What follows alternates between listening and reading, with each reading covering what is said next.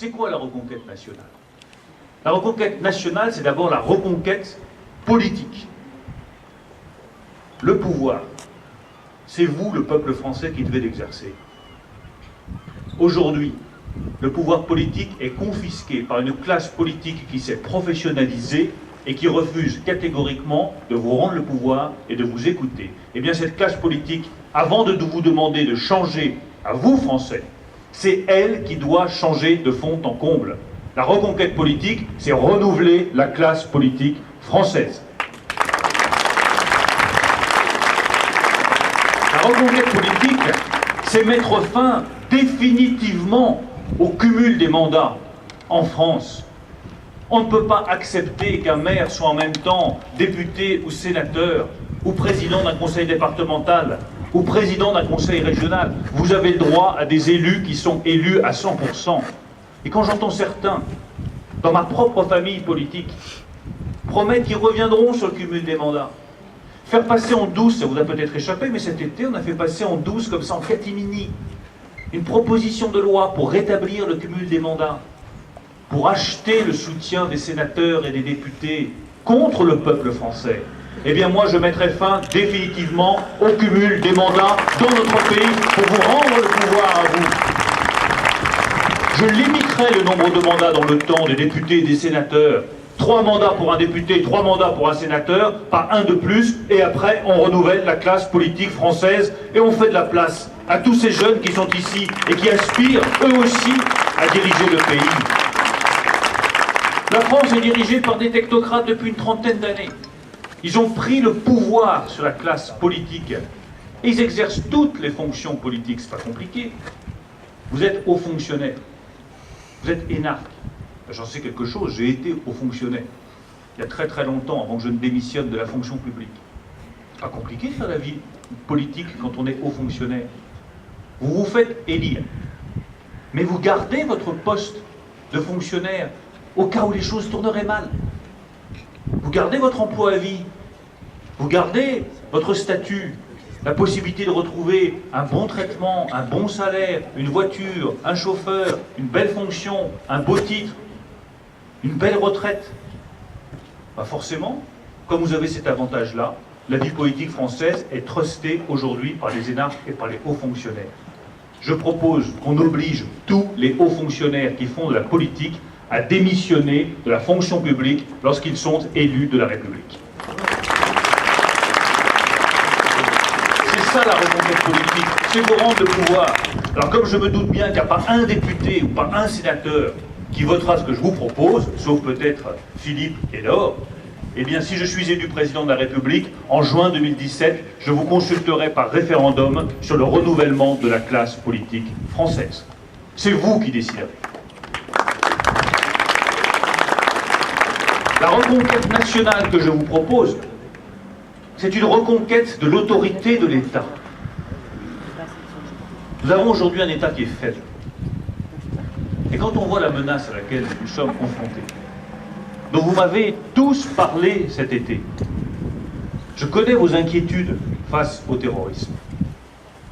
Je sais que vous avez tous été bouleversés par les attentats de Nice. Vous avez tous été bouleversés par l'histoire du père Jacques Hamel. Dans ma région, la Normandie, un prêtre de plus de 80 ans, égorgé sauvagement au cours de son office. Vous vous inquiétez tous pour vos familles, pour vos enfants, pour vos proches, parce que vous savez que la menace, elle peut frapper n'importe qui, n'importe quand, n'importe où.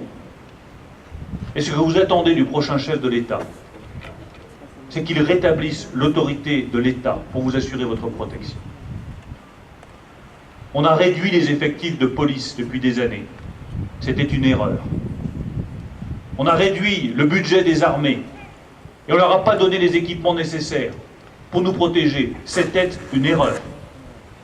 On a supprimé la double peine qui permet d'expulser des étrangers qui ne respectent pas la loi dans la République française. C'est une erreur, car un étranger qui ne respecte pas la loi de la France n'a plus sa place en France. Je rétablirai la double peine si je suis élu président de la République. C'est ça l'autorité de l'État. Oui, nous avons besoin d'une justice d'exception. face à la menace exceptionnelle du terrorisme. Justice d'exception, c'est tout simplement dire que s'il y a un individu qui est fiché S, dont on sait qu'il est dangereux, qui pourrait passer à l'acte, parce qu'on a toutes les indications qu'il pourrait, demain, ou dans 8 jours, ou dans un mois, commettre un attentat en France, mais qu'est-ce qu'on fait? On attend qu'il ait commis l'acte en disant, ben voilà, tant qu'il ne l'a pas commis, il est coupable de rien, donc on attend, on reste les bras croisés. Il en est hors de question. Si on a ces indications-là, on arrête de manière préventive cet individu et on l'incarcère au nom de la protection des Français. Et quand j'entends le président de la République nous dire la main sur le cœur, attention, c'est la Constitution française. Faut pas y toucher à la Constitution française. Enfin, c'est le même bonhomme qui nous avait dit il y a quelques mois qu'il était indispensable de modifier la Constitution française pour mettre en place la déchéance de nationalité. Alors on a perdu du temps à l'Assemblée, avec Philippe, avec Laure. On a fait des nuits sur les bancs de nos assemblées à discuter de la déchéance de nationalité. On est pour, et on est contre, et c'est important, et c'est pas important, il faut le faire, il faut pas le faire. Il aurait peut-être été plus utile de discuter des renforcements des mesures de sécurité pour assurer votre protection. Et si François Hollande était prêt à modifier la Constitution pour une mesure symbolique, il serait bon qu'il soit prêt à modifier la Constitution pour renforcer votre sécurité en mettant en place ces mesures exceptionnelles qui sont indispensables face à la menace terroriste. Ayons le courage de poser ces débats. Ayons le courage de répondre aux attentes des Français. Mais de poser des vraies questions. Pas les faux débats, pas les slogans. Là, j'entends ouvrir un débat cet été sur droit du sol ou droit du sang. C'est un mauvais débat. Je ne reviendrai pas sur le droit du sol si je suis élu président de la République. Car je considère que le vrai débat, c'est pas droit du sol, droit du sang.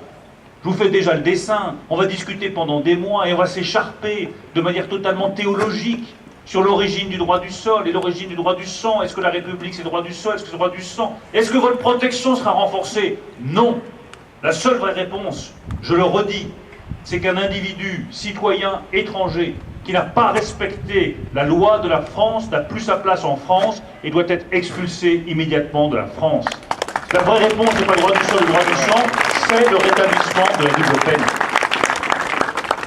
Reconquête politique, reconquête de l'autorité de l'État, reconquête aussi de notre éducation. Je pense que la reconquête éducative est peut-être ce qu'il y a de plus important.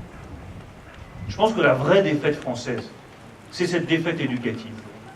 Et que tout ce qu'on fera en matière économique, en matière sociale, en matière d'État, en matière politique, n'aura aucun sens si à l'école de la République, nous n'arrivons pas à construire des enfants libres, des citoyens libres, indépendants, qui connaissent leur pays, qui connaissent leur histoire, qui connaissent leur langue, et tout simplement qui aiment la France. L'école de la République doit rendre les jeunes Français fiers de la France. L'école de la République doit permettre à chaque jeune enfant de maîtriser parfaitement la langue française. Alors qu'aujourd'hui, vous le savez parfaitement, à l'entrée en 6e, beaucoup d'enfants ne parlent pas, n'écrivent pas, ne comprennent pas correctement le français. Mais qu'est-ce qui fait l'unité de la France? Du fin fond de la Guadeloupe jusqu'à la Nouvelle-Calédonie, en passant par la Bretagne, par le Pays Basque, par l'Alsace ou par l'Île-de-France, c'est que nous parlons la même langue. Il est indispensable de refaire de l'apprentissage de la langue française une priorité à l'école. Car contrairement à ce que croit Najat Vallaud-Belkacem, au CP, en France, on ne doit pas apprendre l'arabe, on doit apprendre la langue française et la culture de la France.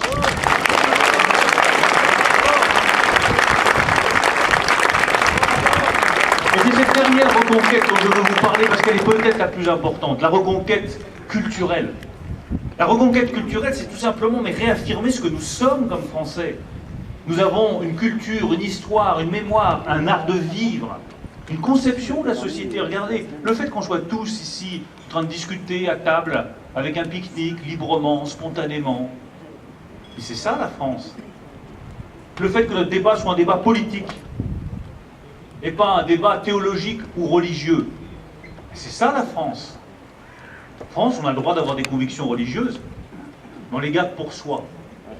Parce qu'en France, La religion se soumet à l'État et ce n'est pas l'État qui se soumet à la religion.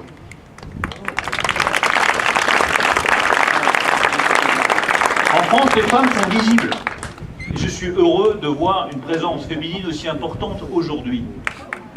Les femmes sont visibles et doivent occuper la première place. En France, on ne fait pas de provocations comme celle qu'on a vue cet été. Le burkini n'est pas un détail. Le burkini est une provocation supplémentaire insupportable pour la société française. Le burkini n'a pas sa place sur les plages de France. Et je soutiens totalement les maires qui ont pris les arrêtés municipaux nécessaires pour interdire le burkini. Oui, nous devons réaffirmer ce que nous sommes comme nation, comme culture, comme peuple. C'est ça aussi l'enjeu de 2017. Alors vous le voyez, ça fait beaucoup d'enjeux majeurs, beaucoup de défis pour cette primaire. Alors je vous demande vraiment de vous mobiliser. Je vous demande de mobiliser autour de vous. Cette élection primaire, puis cette élection présidentielle, doit être réussie. On ne peut pas se permettre une nouvelle élection présidentielle ratée, comme celle qu'on a eue en 2012, où François Hollande n'a été élu que négativement par le rejet de Nicolas Sarkozy. Moi, j'aimerais qu'en 2017, on choisisse enfin un candidat dans lequel on croit, un candidat dont on est fier, un candidat dont on se dit c'est lui qu'on veut. Il est là parce qu'on le veut et pas parce qu'on a rejeté l'autre. Alors je sais bien que plus personne ne veut de François Hollande, qui restera comme le pire de tous les présidents de la Ve République française, et qui nous fait honte. Qui nous fait honte. Mais se débarrasser de François Hollande, c'est bien. Avoir un président de la République française dont on est fier et en qui on a confiance, c'est encore mieux. Et c'est ce que je vous propose de faire avec vous, en gagnant la primaire et en gagnant l'élection présidentielle de 2017. Merci à tous. Bon déjeuner, j'ai tenu mes horaires, c'est parfait. On déjeune ensemble, on prend un coup de rosé et j'écoute toutes vos questions. Merci à tous.